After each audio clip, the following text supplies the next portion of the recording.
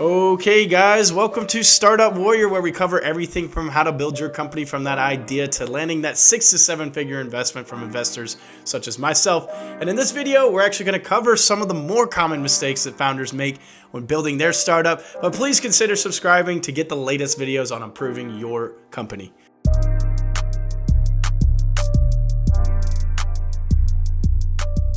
So in my experience as an advisor and investor to entrepreneurs, most people will actually point to a shortage of funds as a primary cause for a startup's failure. But I've actually seen evidence that points right back to the founder or the business owner attempting to maintain excessive power and influence over the efforts that are leading to a wide range of problems and a dysfunctional team.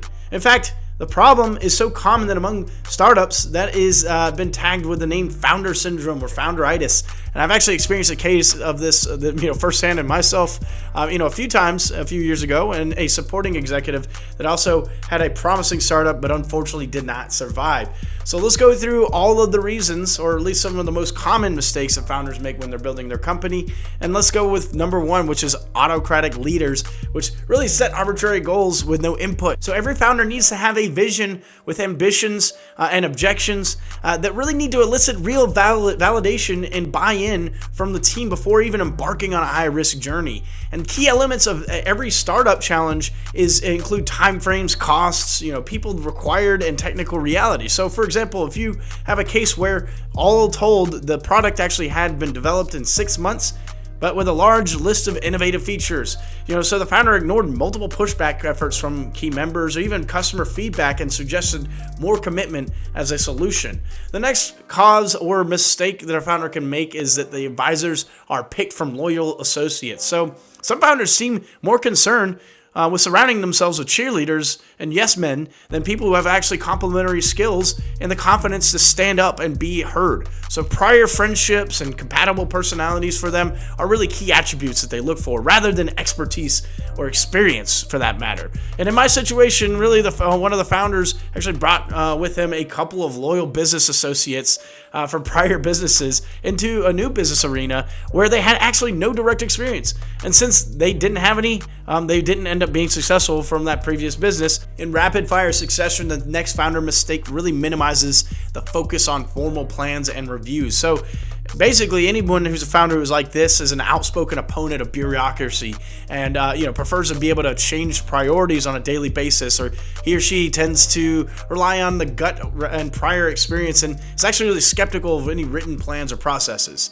So if you think about it, like project reviews are basically ad hoc and based on the latest crisis. So that one pretty much tells the story itself. Make sure to have formal plans and reviews. Even though you may be good at winging it, it still doesn't work for a startup ecosystem and probably won't work with most of your employees. Next one is your weekly staff meetings become some sort of working crisis session.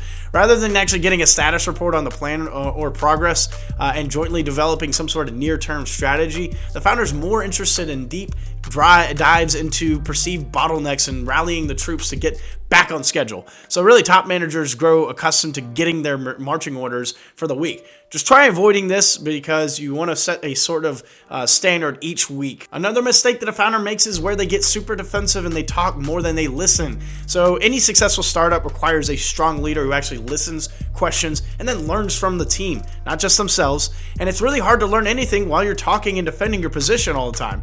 So a clear symptom that a founder has founder syndrome in that matter is more excuses, more demands, and then more direction without input.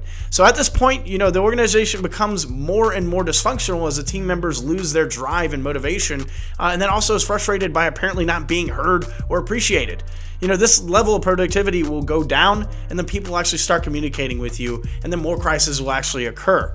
And that leads us to our last mistake, which is leaders become more and more frustrated and paranoid, defensively talking all the time, making excuses, starting to become personal, and then questioning the motives of staff members, advisors, and investors. So from this standpoint, loyalty and commitment are going to disintegrate rapidly, and you'll have Key members of the team begin to desert the ship mentally and physically, and then the startup is going to be doomed to fail. In many cases, a founder with this type of syndrome it's really not evident from the beginning. So most founders actually start with some sort of sincere intent to be a great leader and a communicator, but the pressures are actually going to run and emerge, and it's eventually going to emerge, and the business will bring out a whole new set of traits despite his or her best efforts. So a super short video this week. I do want to let everyone know who's looking to build or even join a startup to take a look at past history, and then talk to other peers or advisors who may have seen this trait in yourself or other founders. And if you are a founder and you actually find this video forwarded to you, then it might be time to take a hard look at yourself in the mirror. And if your team can't change you, you can't change yourself, and then become that founder of a thriving startup that's always dreamed about. So thank you guys for watching. If you really like this video, you'll actually probably enjoy a lot of the videos on this channel. So make sure to check them out and actually consider subscribing to get the latest videos on building your startup.